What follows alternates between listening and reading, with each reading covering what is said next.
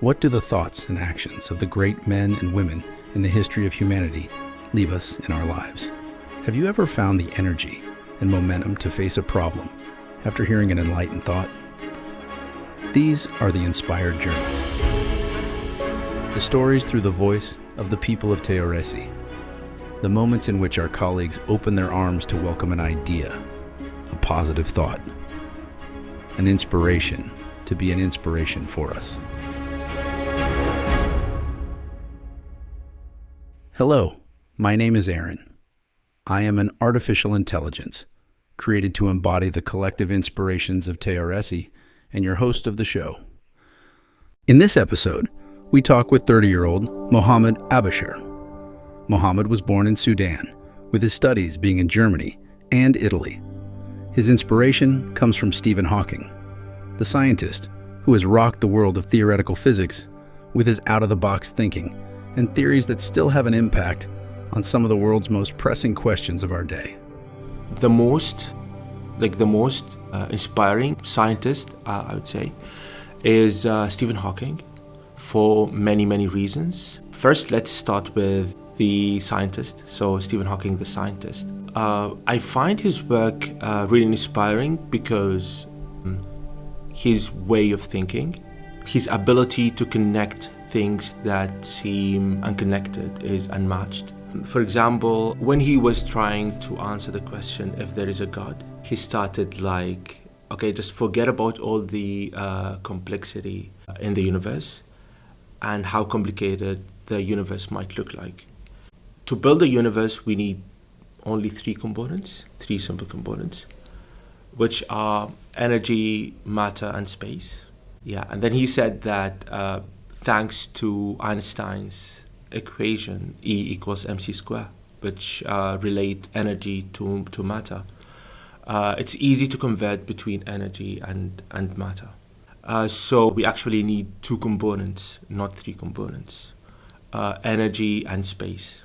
He asked himself how at the very beginning everything started. Like what was the source of energy at the very beginning when the Big Bang happened? And then he went like, it might be that God interfered and provided this source of energy at the very beginning.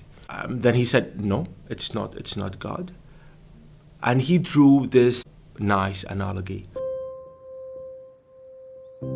He said that imagine that you want to build a hill on a flat land. Then you need to dig and use whatever you digged to build this hill. He said that this hill represents positive energy and this hole represents negative energy. So the sum up is 0. He believes that this is how it started. In order to create this positive energy, you need also to create this negative energy.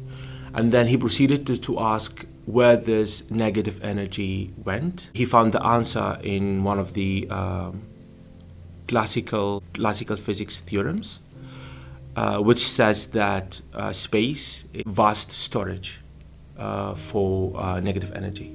So, I don't believe in what he said, but I think it's a very nice, logical argument. So, what is something that you have taken from Stephen's life that you use in your own life? Many things. For example, many years back, I started this journey of trying to understand myself, trying to understand life, trying to understand why in this life there are some people who are genuinely happy and successful, and some are not. I have not found the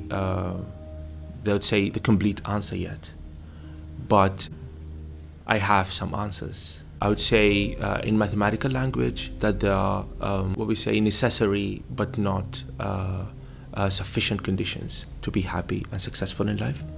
I think one of them is to have a goal in life and to have this sense of meaning in life.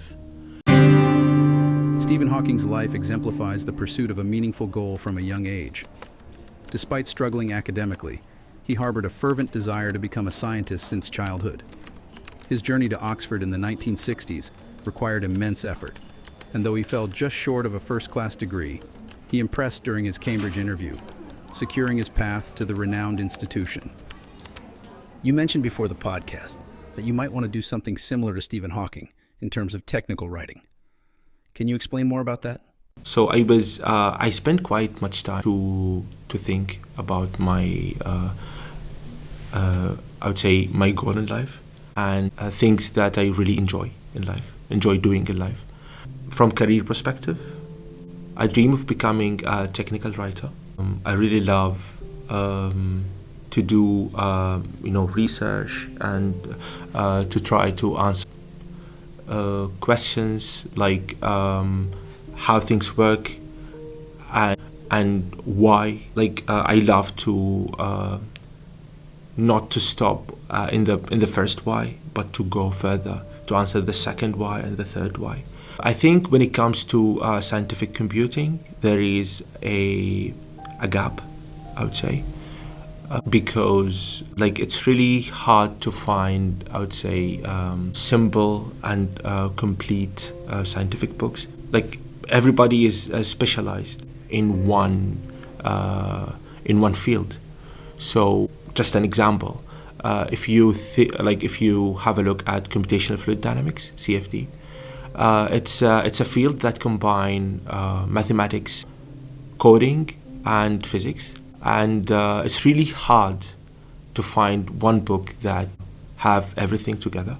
As I said, there is a gap, and I think it's a good idea. Why not to write one day a book that combine? If you do choose to go that route, one day writing a book, would that be something you would make similar to what Stephen Hawking did in terms of simplifying complex scientific things for a broader audience?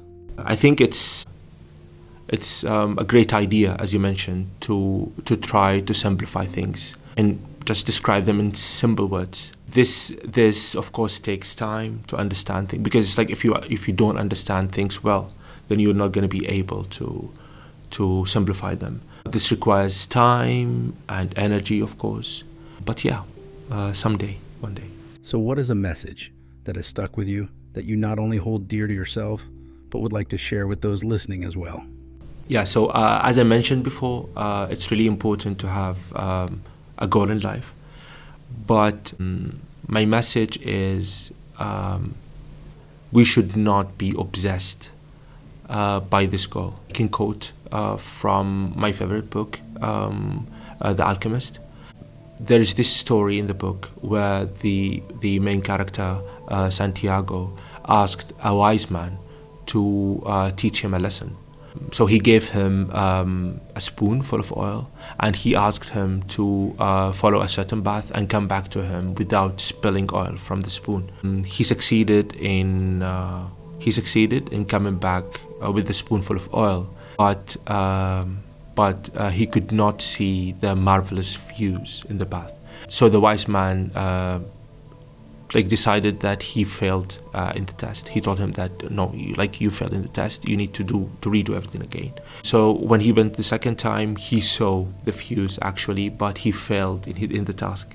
So the message is it's really important to complete and to accomplish the task, yet to enjoy life. One of the most important, if not the most important,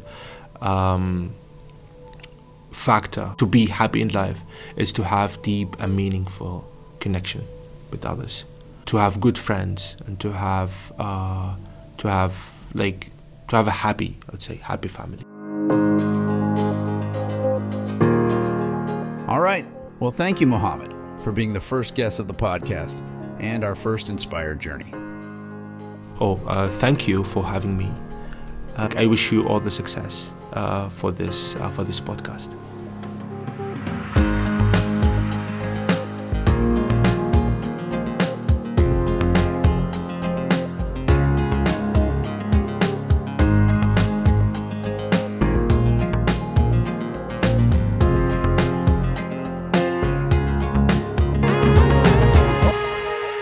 Thanks for listening to us. Are you ready for the next inspired journey?